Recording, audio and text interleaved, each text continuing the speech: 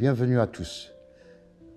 Professeur Charles Binan Bikoy, bienvenue en Algérie, bienvenue au Salon international du livre. Je rappelle tout d'abord que vous êtes secrétaire exécutif du Centre international de recherche et de documentation sur les traditions et les langues africaines, CERDOTOLA.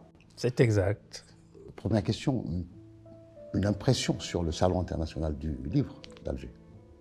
Mais je vous remercie, très chers collègues, de cette invitation qui est tout à la fois générosité et ouverture vers notre institution, le Centre international, comme vous venez de le décliner, en charge au-delà de sa déclinaison, n'est-ce pas, en charge de la promotion de l'identité et de la remise en perspective de l'homme africain à travers sa culture, à partir de ses patrimoines, pour réinventer véritablement l'Afrique.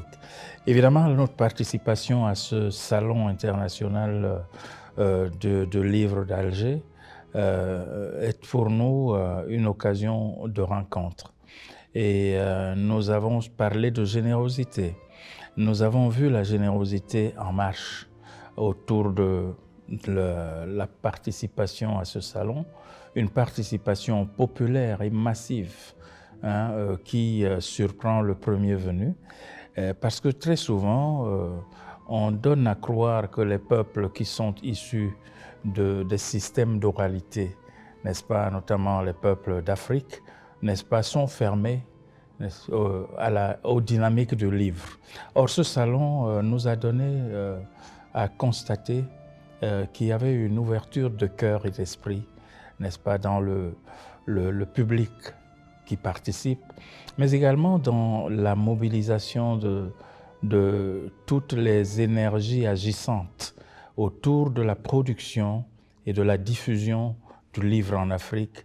Et j'ai avec plaisir constaté que votre générosité s'ouvrait à des dizaines de pays qui participent avec comme invité d'honneur, je crois, le Qatar pour cette année, n'est-ce pas? Et cette dimension m'a beaucoup frappé, m'a beaucoup édifié, m'a redonné à espérer pour l'Afrique, parce qu'évidemment, nous sommes des peuples d'oralité, c'est-à-dire de vitalité, de convivialité, mais nous sommes... De chaleur, d'hospitalité. Voilà, également, oui. forcément, on peut y aller. Mais la scripturalité ne nous est point étrangère. Et nous avons inscrit sur différents supports, n'est-ce pas, la parole africaine, la vision africaine de l'humanité et du rapport de l'humanité à la nature, de l'humanité à la vision du monde, de l'humanité à la spiritualité qui construisent les trois dimensions à la fois horizontale, verticale et transversale, n'est-ce pas, de l'homme dans l'historicité. Vous êtes donc à la tête de cette prestigieuse institution qui est le CERDOTOLA. C'est bien. Dont les objectifs est, comme vous l'avez si bien souligné, est de réinventer l'Afrique. Est-ce que la réinvention de l'Afrique passe nécessairement par la réécriture de son histoire? Parce que jusqu'au jour d'aujourd'hui, tout ce qui a été écrit sur l'Afrique a été écrit par les étrangers. J'exagère pas. Donc, du moins, le discours dominant, c'est-à-dire l'historiographie sur l'Afrique, est dominé essentiellement par des regards du centre. Mais vous faites bien de souligner cet aspect. L'Afrique a été dite et présentée par le regard des autres, sur la base du bon vouloir du regard des autres, loin des Africains, autrement utilisé, généralement utilisé simplement comme sujet, n'est-ce pas, de ce regard et de la vision que les autres veulent bien porter. C'est ce qui justifie que l'Afrique ait pu, sous, je n'ose pas le dire, le répéter, sous certaines dynamiques d'imbécilité, a pu être classée hors de l'histoire. Et évidemment, Tant que un adage bien classique en Afrique dit, tant que l'histoire des lions sera écrite par les chasseurs, ils seront toujours triomphants, n'est-ce pas? Et il est temps, nous ne sommes pas des lions. S'inscrire dans la perspective qui était fort intéressante de Ki-Zerbo, Exact. le premier à avoir exactement Ki-Zerbo. Voilà. Et il est temps que les Africains s'emparent eux-mêmes de la plume, de la parole, pour se dire tels qu'ils se sont vus dans leur historicité et qu'ils dénoncent la falsification qui a entouré la description de leur parcours, n'est-ce pas, ou la fixation de leurs repères dans l'émergence d'une vision globale de l'histoire humaine. Et je crois que de ce point de vue, vous avez mentionné Ki-Zerbo, premier agrégé d'histoire, n'est-ce pas, africain et enseignant émérite d'histoire que j'ai eu le privilège de côtoyer moi-même jusqu'aux dernières semaines avant sa disparition, son rappel à l'éternité. Et Cheikh Anta Diop. Bien sûr, Cheikh Anta Diop qui nous a reçus tout jeunes à Dakar et avec qui nous avons cheminé, et que j'ai reçu d'ailleurs 3 semaines avant sa disparition aussi à Yaoundé. J'étais tout jeune encore en 86 et je crois que ce monde-là a planté, n'est-ce pas, le décor.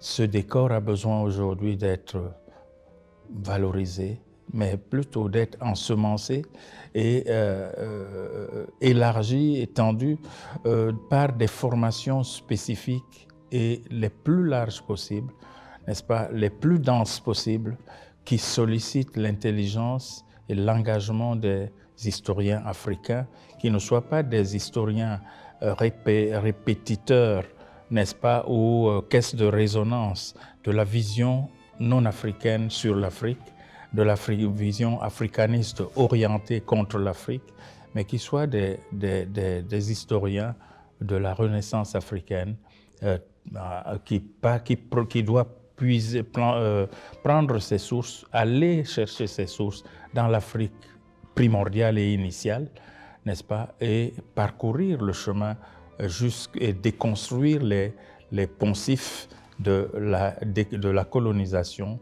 Et pour vous déconstruire les poncifs passe nécessairement par la sauvegarde de nos traditions. D'ailleurs, vous avez forgé un concept, un néologisme, indus-tradition. Qu'est-ce que ça veut dire? Alors, le concept d'indus-tradition nous est venu d'un double constat. Oui.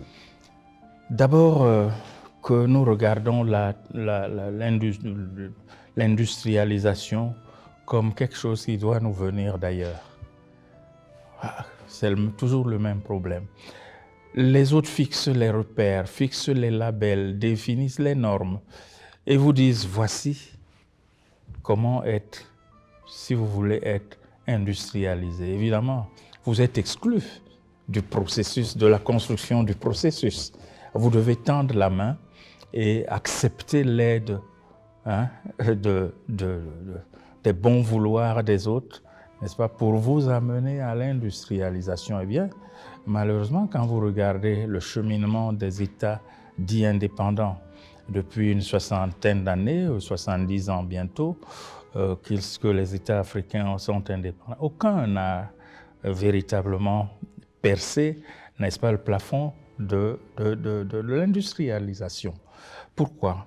Simplement parce que le regard est tourné vers des attentes au lieu de surgir des atouts.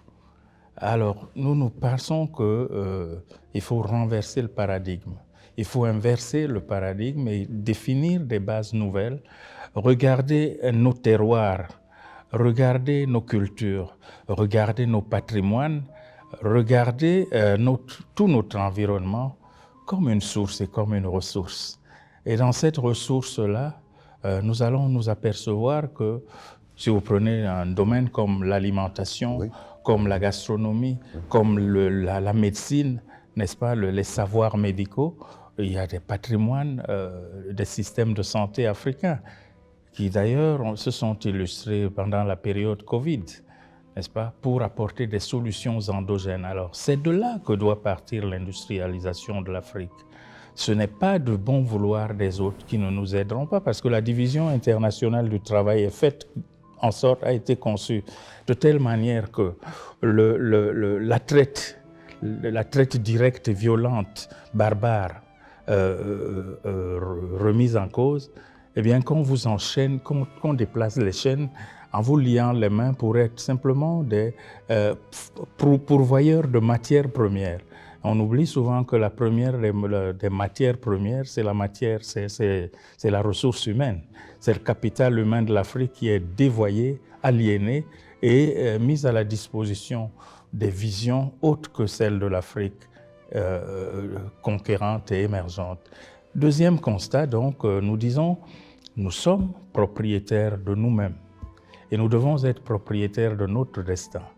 Et c'est à partir de ce destin que nous devons solliciter le meilleur niveau de l'excellence scientifique et technologique internationale, qui est patrimoine commun de l'humanité, puisque l'Afrique a contribué à construire, n'est-ce pas, les stocks de connaissances et des savoirs partout dans le monde où des Africains ont été impliqués. On ne le dit pas assez, peut-être faudrait-il mener une réflexion. Vous militez pour préserver ce patrimoine et l'inscrire au patrimoine universel. Alors, effectivement, il faut non seulement préserver, sauvegarder, mais promouvoir. Promouvoir ces patrimoines, les faire connaître, les dévoiler comme patrimoine, bien sûr, de l'humanité, mais comme spécificité africaine. N'est-ce pas, et comme contribution africaine à l'histoire globale de l'humanité. Sachant d'ailleurs à cet égard qu'on ne peut pas être le berceau de l'humanité et être le demandeur d'humanité. Donc, s'il y a eu des productions intellectuelles, elles ont été d'abord des productions de ceux qui ont été à l'origine des choses. C'est une évidence. Donc, on ne peut pas avoir été là 200 000 ans avant et n'exister qu'à partir de ceux qui sont là depuis 8000 ans, par exemple. Et donc, c'est là que j'insiste sur le fait d'inverser la démarche. Les rôles, parce qu'aujourd'hui, l'Afrique, sur le plan culturel, est envahie par des cultures étrangères. L'Afrique est une poubelle, un dépotoir du trop-plein des cultures des autres. Qui constitue une menace véritable évidemment, sur ce patrimoine. Surtout les patrimoines, y compris d'ailleurs leur patrimoine, parce que ce n'est pas le meilleur qui est déversé dans les poubelles. L'Afrique étant considérée comme une poubelle, dans cette division internationale du travail, dont on prend les matières premières, on les transforme et on vous renvoie ce qu'on veut bien vous renvoyer, qui généralement n'est pas le meilleur. Et donc, il faut se réapproprier son destin industriel.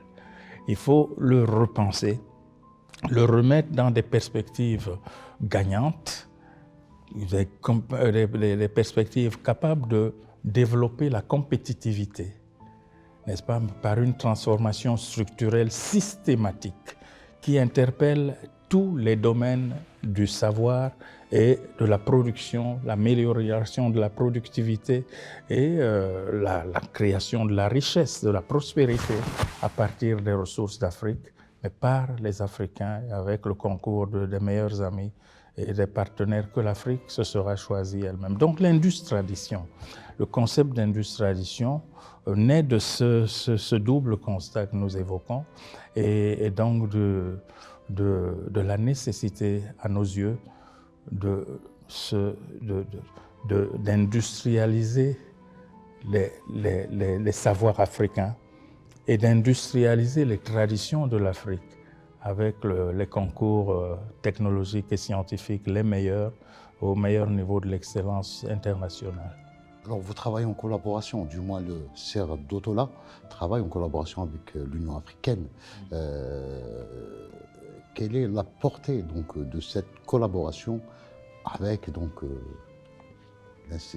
Nous avons une collaboration plutôt institutionnelle.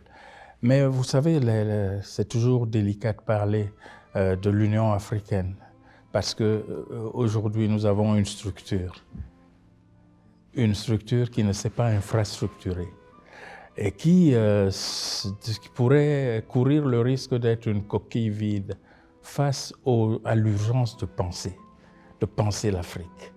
L'Union africaine souffre de ce mal congénital, n'est-ce pas, de l'accrochage au destin dit international et à la mobilité, n'est-ce pas, des intérêts internationaux, des intérêts globaux qui s'appliquent sur l'Afrique. Nous avons besoin aujourd'hui d'un nouveau leadership africain. Et je pense que cette coquille-là devrait être mieux structurée, mieux infrastructurée pour porter à la fois la pensée africaine, la révolution africaine, qui seule peut justifier la renaissance tant voulue, n'est-ce pas, par les arts, par les patrimoines et par l'ensemble des cultures. Sachant d'ailleurs à ce niveau que la culture pour nous, ce n'est pas seulement des jeux et des loisirs. La culture est dans tout, elle est tout. Et elle est à l'origine, elle doit être à la fin de toute chose, parce qu'elle inspire, mais à la fin, c'est elle qui transpire. Je vous laisse le soin de conclure cette sympathique discussion. Monsieur Charles Binam Bikoy. Mais je voudrais simplement redire la joie qui aura été la mienne, n'est-ce pas, de redécouvrir Alger, que j'aime beaucoup et qui, mon dernier séjour remonte à il y a 5 ans, je crois. Alger a beaucoup changé, mais les repères sont toujours là. Et Alger reste, de mon point de vue, c'est ce que je développais dans ma conférence hier, n'est-ce pas, reste le point d'ancrage, le point de repérage, n'est-ce pas, qui devrait, me semble-t-il, s'agissant des caravanes qui ont forgé, n'est-ce pas, la cohabitation et la convivialité interafricaine. Alger me semble interpellé, encore une fois, pour être le port d'attache et le point de la rampe de lancement de l'esprit des caravanes qui se sont moqués du désert et qui ont bien montré qu'ils sont antérieurs au désert, mais qui devraient subvenir aux insuffisances et aux lacunes créées par la division de l'Afrique en petits morceaux qui se moquent des cultures africaines elles-mêmes et qui n'ont pas tenu et ne tiennent pas compte de la véritable histoire des hommes et des peuples, des femmes, des jeunes qui peuplent l'Afrique. Merci à l'Algérie pour cette occasion. C'est moi qui vous remercie, professeur Charles Binam Bikoy. Je rappelle que vous êtes secrétaire exécutif du Centre international de recherche et de documentation sur les traditions et les langues africaines. Le Cerf d'Otola. Merci. Merci.